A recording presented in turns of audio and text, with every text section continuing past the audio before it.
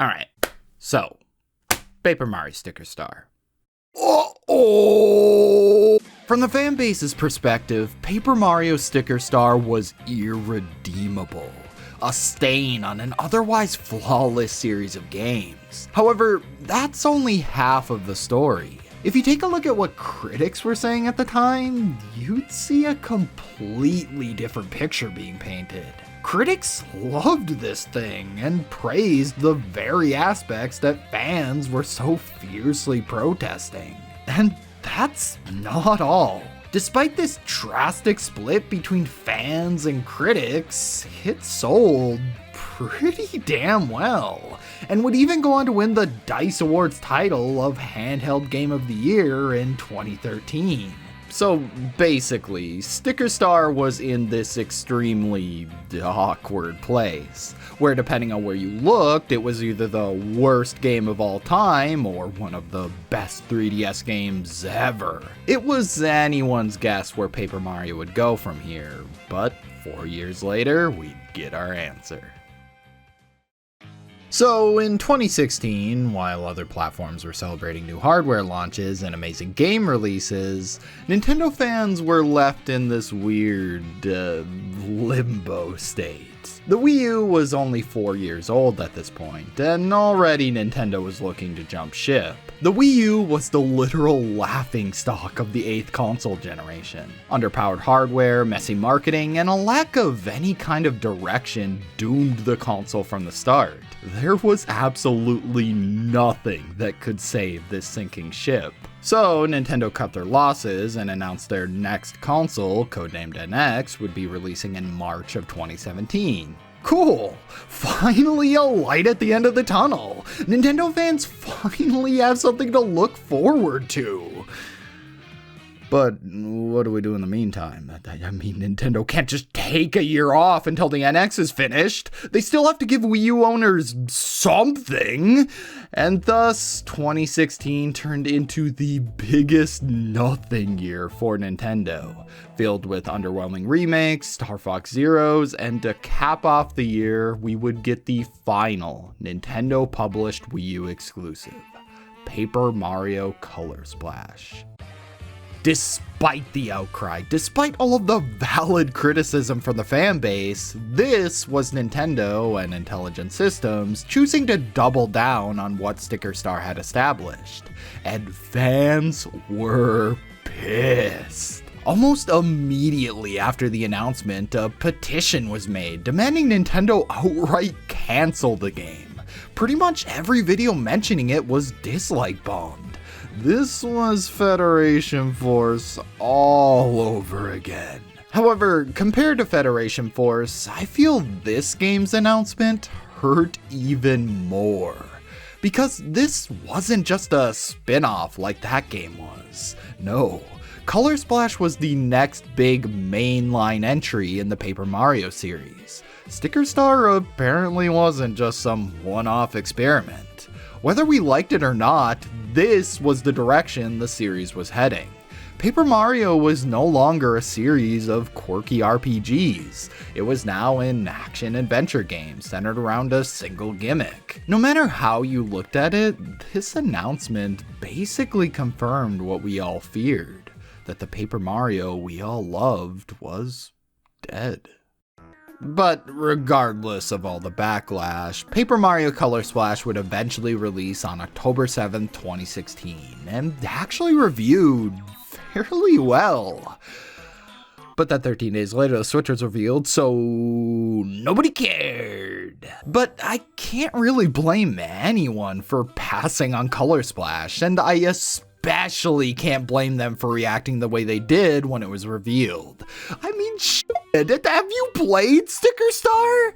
It's aimless, uninspired, boring, and just all around poorly designed. Like, Sticker Star was a hot load of garbage, so who the hell would want to buy a sequel to that? But bless their little heart, Nintendo apparently did read all of those toxic emails we sent them, because Color Splash includes some very meaningful improvements based on that feedback. But was it enough to fully redeem this new style of Paper Mario? Let's find out. So I think the easiest way to structure this whole thing is to compare the most controversial elements from Sticker Star directly to Color Splash and see how it attempts to improve upon those aspects. So I took a little trip down Nintendo Fan Avenue and put together this list of the top things people had issues with in Sticker Star. So let's get started with... Now, while I wouldn't say Sticker Star Story made a bad first impression, it was more like it didn't make any impression at all. It starts out with the festival that the whole Mushroom Kingdom is invited to. But then Bowser shows up at... Wait a goddamn fucking second. Yeah, we've been here before. We've done this. And this is literally all the story you get. During Sticker Star's development, Miyamoto was apparently quoted as saying, "Sticker Star is fine without a story, so do we really need one?" The fuck it is! No, don't get me wrong. Miyamoto is absolutely a game design genius. But he's not a jack of all trades. This philosophy of foregoing any kind of narrative only really works in the types of games Miyamoto helped popularize, platformers. You know, games where the appeal comes from the unique challenges each level introduces. In those games, a story isn't needed because the distinct level tropes are enough to keep you interested throughout. But in a turn-based game like Sticker Star, where so much of the game is based on repetition, you absolutely need something like a story to break up that monotony. So no, Sticker Star was not fine without a story, and yes, it really needed one. Color Splash in comparison starts off pretty promising by opening with a mystery. It's a dark and stormy night when Mario and Peach receive a dead-ass Toad in the mail from an unknown sender. They then determine it was sent from a tourist destination called Port Prisma and set out to figure out what the hell is going on. However, once they arrive, they find the once bustling port town is completely deserted, with most of its color missing. But who could have done such a thing? Bowser. It was Bowser. Of course it was fucking Bowser! So yeah, while the setup for the story is a massive step up from Sticker Star, the reveal that it was just Bowser, again, shows Color Splash's reluctance to make any real improvements compared to its predecessor. And like, what makes it so frustrating is they could have totally done so much more with this plot. So, spoiler, who gives a fuck? So, the big reveal is Bowser is actually innocent, as he always is. You see, he just wanted his shell painted like a rainbow. So, he jumps into this big paint fountain and accidentally mixes all the colors together, creating black paint. The black paint then causes him to go mad, which leads to him stealing all the world's color to make even more black paint, so he can paint the entire world black. So, I guess I was wrong. Bowser wasn't responsible at all for this whole mess. It was actually Black Bowser. You know, literally the same villain as last time, just with a new coat of paint. Literally.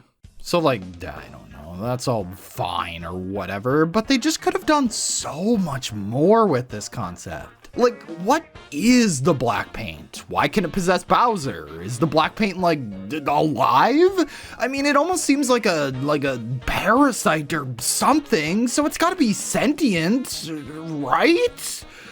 But we don't get answers to any of that. As far as we know, he's just a big old goopy boy.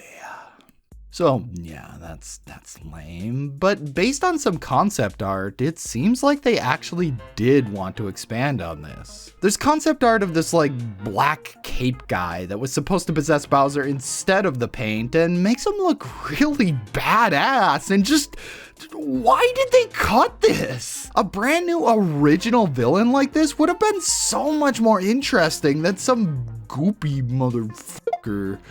But I know why they dropped it. They dropped it for the same reason all the other characters are fucking Toad!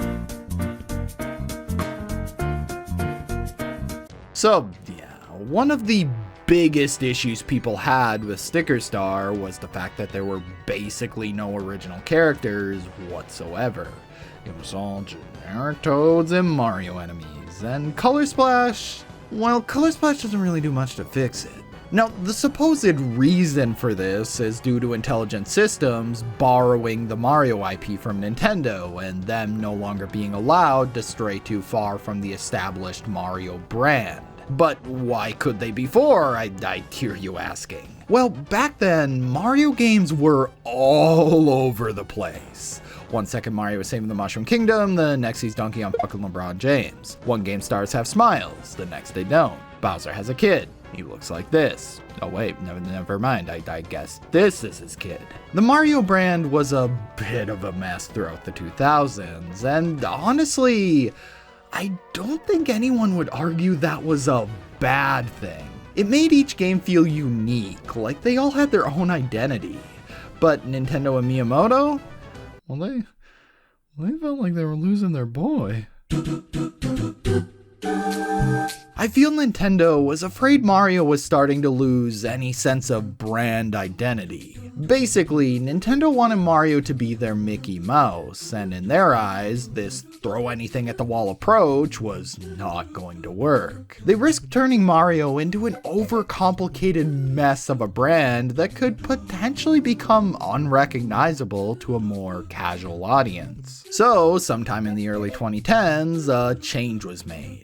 Nearly all Mario games, whether they be mainline spin-off or anything in between, started adhering to some very strict guidelines. Everything was seemingly unified into a single brand image that now needed to be strictly followed. Now, while Nintendo definitely let themselves stray or add to this new Mario brand from time to time, third parties and other studios didn't seem to share that same freedom, which meant, of course, Intelligent Systems would now have to work within these new restrictions when it came to Paper Mario. However, bringing up some of that concept art again, you can see various examples of the developers testing the waters in regards to what they could and couldn't get away with. Intelligent Systems definitely wanted to have a bit more fun with character designs this time around, possibly due to fan feedback.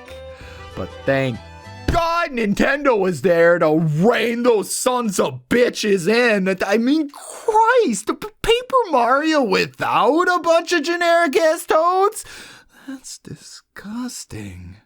But regardless of these restrictions, the development team's passion and creativity still manages to shine through. You see, while each Toad and Shy Guy may look the same, their personalities are completely unique thanks to the amazing writing in this game. Now, this might be an unpopular opinion, but I feel this is some of the best writing in the entire series. Yeah, the first 3 games had their fair share of charming dialogue that got a chuckle or two out of me, and then there's Sticker Star that had the whole squad laughing, but Color Splash is on a whole other level. The writing seriously carries the entire experience, which thank God it does because the gameplay. Yep, it's Sticker Star. Again. Just replace the stickers with cards and yep, it'll be $60. So for those of you who don't know, this battle system is all about single-use attacks. You find cards in the overworld which you can use in battle, but once you use them, they're gone for good. Now, in theory, this sounds like it could be fun. I mean, there are tons of games where this kind of resource management is the central mechanic. Like, just take a look at the entire shooter genre, where you have to constantly manage ammo. The problem here is just, why? There is absolutely no point to battling because there's no reward. You get nothing. Yeah, you get a few coins and these little hammer things that increase the amount of paint you can carry, but the game literally showers you with both of these things in the overworld, so why even fucking bother? Battles literally just exist as speed bumps to slow down your progress, and ain't no one getting excited about a speed bump. Cool! But to be fair, the battle system was apparently never meant to be the main focus. As the developers have stated multiple times, despite its use of a turn-based battle system, Color Splash is not an RPG like its predecessors. At its core, this is an action-adventure game, with puzzle solving acting as the focal point. And if you judge it based on that alone, you'll find a lot to enjoy here. One second you'll be exploring a haunted hotel as you help ghosts get settled in, and the next you'll be cooking a pizza for a restaurant full of hungry toads. There's a ton of variety here, and it's all complemented perfectly by the amazing writing. This game is truly at its best when it's embracing those more action-adventure elements, but then you hit those fucking speed bumps! Just straight up, the battle system does not belong here. It doesn't add anything to the experience. It conflicts with literally every other aspect that makes this game worthwhile. Like, you'll be having a great old time exploring a lost island with a bunch of pirates, jumping in and out of an alternate dimension, and I mean, this is an action-adventure game, right? So why not take a page out of another more action-adventure-focused Paper Mario's playbook and have the battles be more, I don't know, more action-oriented? Instead of having this absolute momentum killer of a system that stops any action or adventure dead in its tracks. But I have to give them some credit. There are quite a few additions that at least make Color Splash's version of this battle system a bit of a step up from Sticker Stars. Like, you can hold way more cards now. The game actually gives you hints when you need to use certain cards. And coloring in cards to make them stronger is a really neat mechanic when used in certain scenarios. And this is basically Color Splash in a nutshell. I mean, yeah, Color Splash is unfortunately Sticker Star too. It shares a lot of Sticker Star's DNA, and because of that, it inherits a lot of the same issues. The story can be forgettable, character designs are generic, and the battle system is shallow and repetitive. But I think it's still important to recognize that despite this being Sticker Star 2, the exact thing we the fans didn't want, they still made some very meaningful improvements to this formula. The writing is in a league of its own, the locations and set pieces are super fun and memorable, and the battle system, while still flawed in execution, includes some very nice quality of life additions. Then there's all that concept art of stuff that was left on the cutting room floor, which shows they potentially wanted to push things even further, but weren't allowed to. Basically, what I'm trying to say is, regardless of Color Splash's many flaws, you still have to recognize that, hey, at least they tried.